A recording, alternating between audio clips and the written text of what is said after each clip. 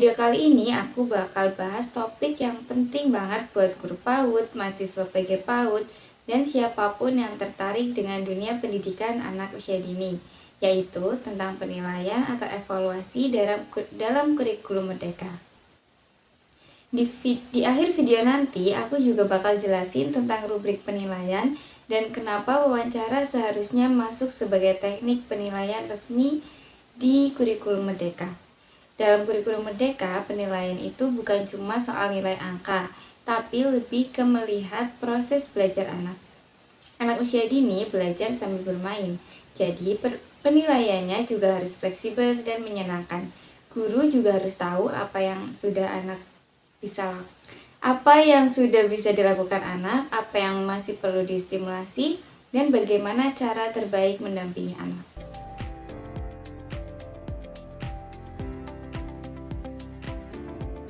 Selanjutnya, dalam kurikulum Merdeka, penilaian tidak hanya berfokus pada hasil akhir, tapi juga pada proses belajar peserta didik. Nah, di sini ada 5 teknik penilaian yang akan kita bahas adalah yang pertama, penilaian kinerja, observasi, proyek, penugasan, dan portofolio. Yang pertama, kita akan membahas tentang penilaian kinerja. Penilaian kinerja ini adalah teknik penilaian yang dilakukan dengan melihat kemampuan peserta didik saat melakukan suatu aktivitas secara langsung.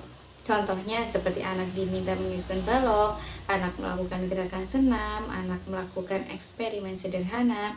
Nah, di sini guru menilai berdasarkan cara anak melakukannya, ketekunannya, kemandirian, dan ketepatan langkahnya. Lalu yang kedua ada observasi. Observasi ini adalah teknik penilaian dengan cara mengamati perilaku dan aktivitas anak secara langsung selama proses pembelajaran. Guru memperhatikan sikap anaknya, cara berinteraksinya, dan konsentrasinya, serta kepatuhan terhadap aturan. Nah, observasi biasanya dicatat dalam bentuk checklist atau rubrik. Lalu yang ketiga ada penilaian proyek. Dalam penilaian proyek ini adalah teknik penilaian yang dilakukan melalui tugas jangka waktu tertentu yang melibatkan proses perencanaan, pelaksanaan, dan hasil. Nah, contoh proyek ini ada membuat kolase dari bahan alam,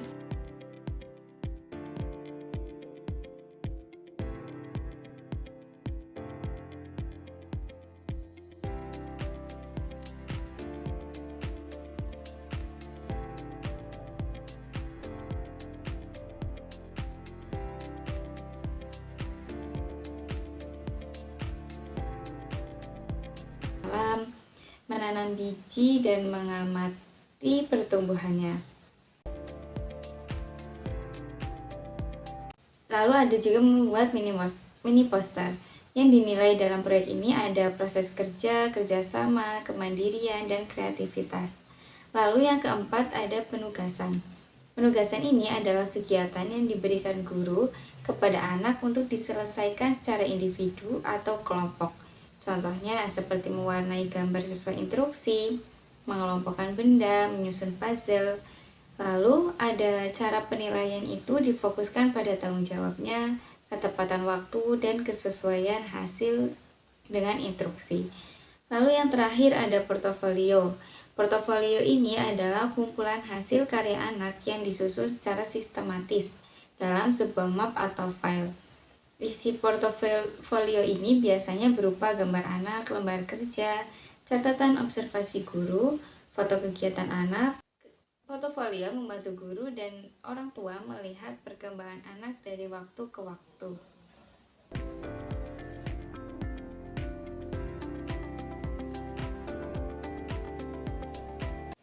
Menurut saya, wawancara seharusnya masuk sebagai teknik penilaian resmi dalam pembelajaran mendalam pada kurikulum Merdeka. Wawancara ini dapat membawa guru menggali lebih dalam pemahaman anak, proses berpikir, perasaan, dan refleksi belajar peserta didik. Hal ini sangat sejalan dengan prinsip pembelajaran mendalam yang berfokus pada kesadaran berpikir dan pengalaman bermakna. Karena lewat wawancara, guru bisa memahami cara berpikir anak. Contoh wawancara sederhana itu seperti guru bertanya kepada anak, "Via, kenapa kamu memilih warna merah?" Lalu Via menjawab, "Karena warna merah itu kesukaanku, Bu." Lewat jawaban itu, guru bisa melihat pemahaman dan perasaan anak.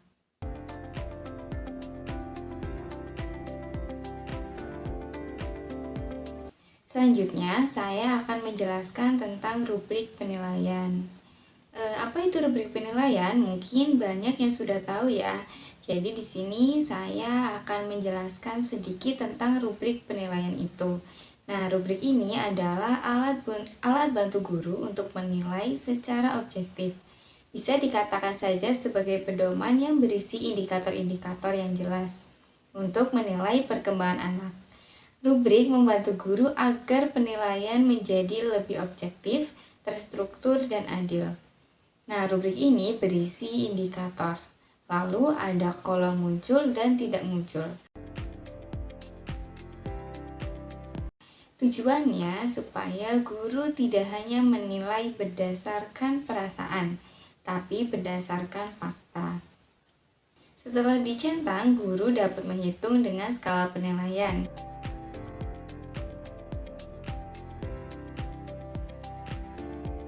Contohnya itu ada 1-2 itu BB belum berkembang, 3-4 itu MB mulai berkembang, 5-6 itu BSH berkembang sesuai harapan, lalu ada 7-8 BSB berkembang sangat baik. Dan yang 9-10 itu ada BSBS berkembang sangat baik sekali. Selanjutnya kita lanjut ke bagian praktik ya.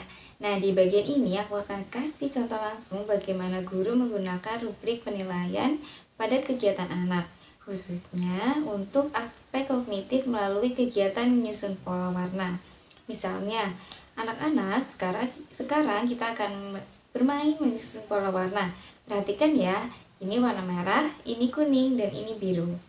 Kalian akan menyusun dengan pola merah, kuning, dan merah. Di sini guru mulai mengamati. Saat anak melakukan kegiatan, guru tidak hanya melihat hasilnya saja, tapi juga prosesnya.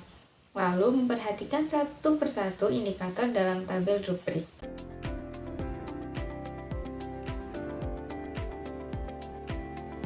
Ketika anak dapat mengenal warna dasar, beri tanda muncul.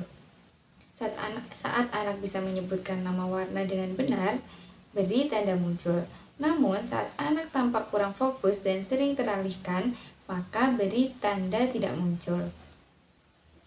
Setelah semua indikator dicentang, hitung jumlah indikator yang muncul. Misalnya, anak memperoleh 6 indikator muncul. Berdasarkan skala penilaian, angka 6 masuk dalam kategori BSH, berkembang sesuai harapan.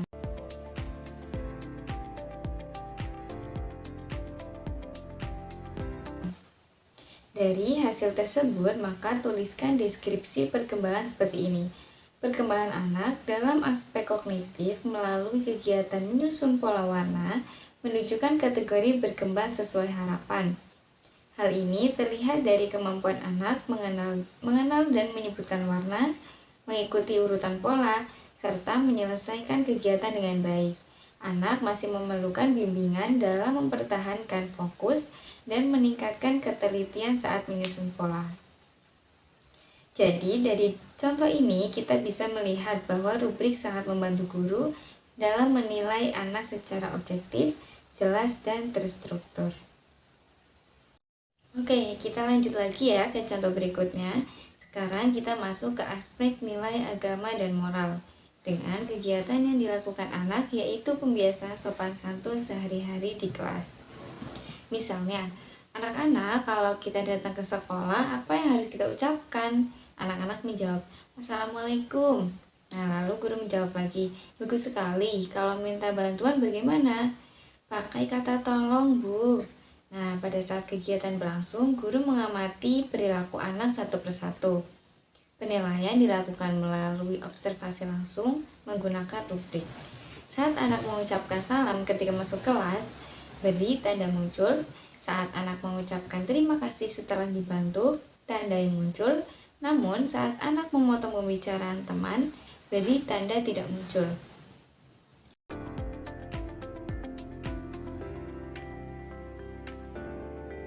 Setelah semua indikator dicentang, hitung jumlah indikator yang muncul. Misalnya, anak memperoleh 6 indikator muncul, maka hasil perkembangannya masuk kategori PSH, berkembang sesuai harapan.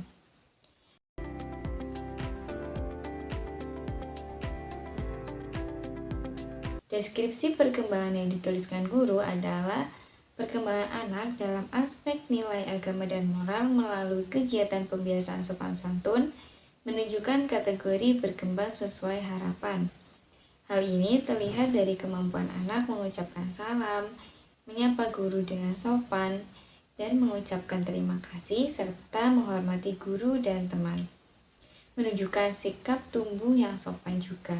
Nah, anak masih perlu bimbingan agar mampu konsisten menggunakan kata tolong dan maaf, mengontrol nada bicara, serta melatih kesabaran saat menunggu giliran berbicara. Dari contoh ini, kita bisa melihat bahwa rubrik sangat membantu guru dalam menilai sikap anak secara adil dan terarah. Baik teman-teman, setelah kita membahas berbagai teknik penilaian dalam kurikulum Merdeka serta contoh penerapan rubrik pada kegiatan nyata di kelas, ada salah satu bagian penting lagi yang perlu kita kuatkan, yaitu bagaimana asesmen diterapkan dalam pembelajaran mendalam. Dalam pembelajaran mendalam, asesmen memiliki dua bentuk utama. Yang pertama itu ada penilaian formatif. Apa itu penilaian formatif? Penilaian formatif ini adalah penilaian yang dilakukan selama proses pembelajaran berlangsung. Tujuannya untuk memantau perkembangan anak. Mengetahui kebutuhan belajar anak, serta membantu guru menyesuaikan strategi pembelajaran. Penilaian formatif biasanya dilakukan melalui observasi harian, interaksi spontan, catatan anekdot, atau refleksi sederhana dari anak. Yang kedua ada penilaian sumatif. Sementara itu, penilaian sumatif ini dilakukan di akhir periode pembelajaran, misalnya di akhir tema, akhir semester, atau akhir proyek. Tujuannya adalah untuk melihat capaian perkembangan anak secara keseluruhan. Penilaian sumatif bukan untuk menghakimi anak, tetapi untuk mengetahui sejauh mana anak berkembang dan apa yang perlu diperkuat di tahap berikutnya. Untuk mendukung kedua jenis penilaian ini, guru menggunakan beberapa instrumen asesmen, di antaranya yaitu adalah yang pertama ada rubrik. Rubrik ini membantu guru untuk menilai secara objektif berdasarkan indikator yang jelas. Rubrik memastikan bahwa penilaian bukan asal menilai, tetapi berdasarkan bukti yang teramati. Lalu yang kedua ada checklist. Checklist ini digunakan untuk mencatat apakah suatu kemampuan sudah muncul, mulai berkembang, atau belum muncul. Instrumen ini sangat membantu dalam penilaian formatif yang sifatnya cepat dan praktis. Lalu yang ketiga ada catatan anekdot. Catatan anekdot ini berisi dokumentasi singkat tentang perilaku atau peristiwa penting yang terjadi saat anak belajar. Ini membantu guru memahami karakter, perkembangan emosi, sosial, hingga cara berpikir anak. Nah, itu tadi pembahasan lengkap tentang teknik penilaian dalam kurikulum Merdeka.